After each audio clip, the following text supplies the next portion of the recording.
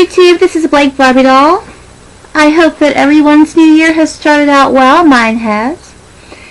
I was searching the site for Holocaust videos and I put in Jewish and I stumbled upon a video called Jewish Bankers by a very articulate young man. I listened to the video. It was short. I didn't agree with most of what was in the video. There are a lot of comments that I thought he was clearly mistaken and misguided. There were some statements that he made that I could have easily challenged him on. And then there were a few statements that, I just held as suspect, but I didn't have enough. I wasn't armed with enough proof at my fingertips to type how I knew he was wrong. But anyway, people are entitled to their opinions even if they are misguided. This is not a video response to him. This is actually a video based on some comments that people posted to me. Two people in particular. One was named Mohedd and the other one is 1776 Matthew.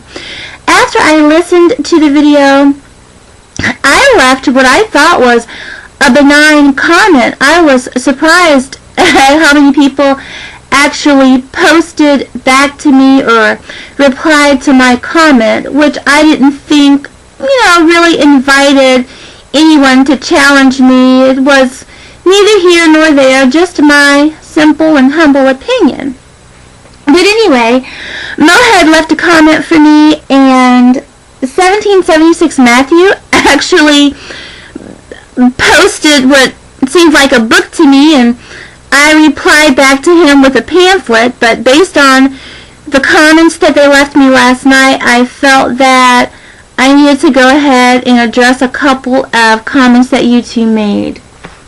Let me start by saying that I, as a minority, as a black woman, I can't stand it when minorities go after one another's jugular. It's just, it's heartbreaking to me. I particularly can't stand it when black people and Jewish people spar. When blacks and Jews debate over whose Holocaust was the worst, everybody involved in the debate ends up looking like a simpleton because both Holocausts were equally devastating. Black people are still very much disliked. Jewish people are still very much disliked.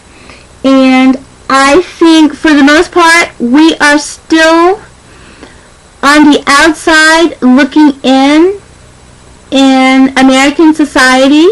Both of us are still, each group is still perceived as not quite being completely in the fold of American society for very different reasons, but nonetheless, we're still not loved like other groups are. Sometimes I think each group, blacks and Jews, we resent being lumped together. Sometimes we resent the comparisons. But I think we have more in common, in spite of the fact that most Jews are perceived to be aristocrats, and most blacks are still struggling to, be solidly middle class. I think that our similarities far outweigh our differences, especially with regards to our struggles.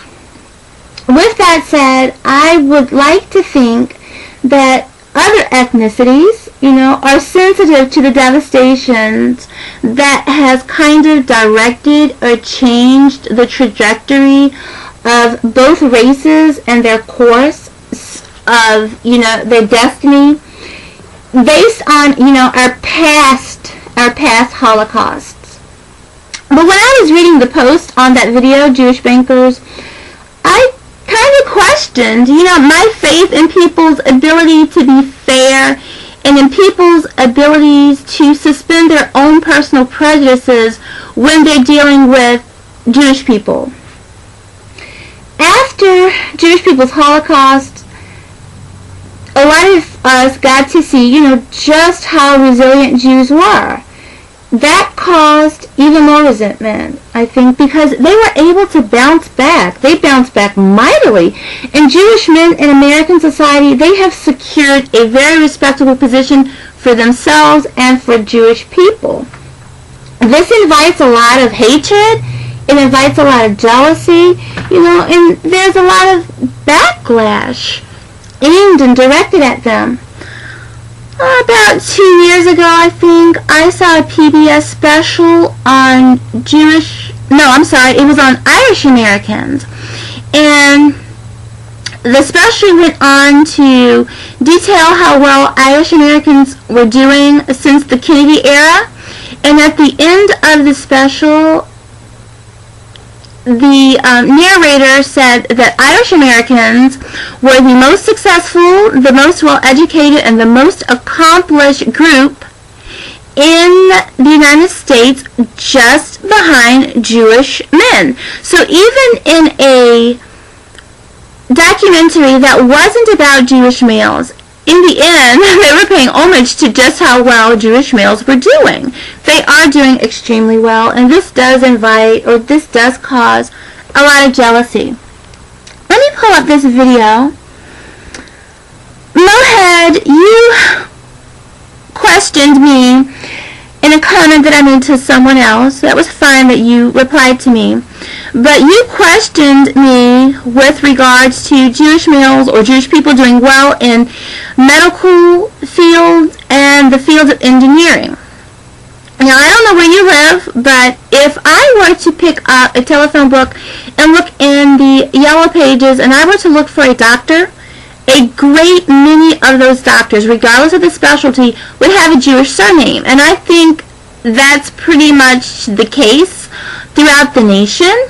I don't know how many Jews are in the field of engineering, but I think it's a fair guesstimation to say quite a few are present there as well. Not just in banking, not just in law, not just in business, but I think that once you start going to school, you go to school for, a variety of different fields and different professions. So when you said that they are barely non-existent in medicine, then what's probably happening there is you're seeing Jewish doctors, or you're encountering Jewish doctors, but you don't recognize their surnames as being Jewish surnames. You're wrong. There is a heavy presence of Jews in the medical field.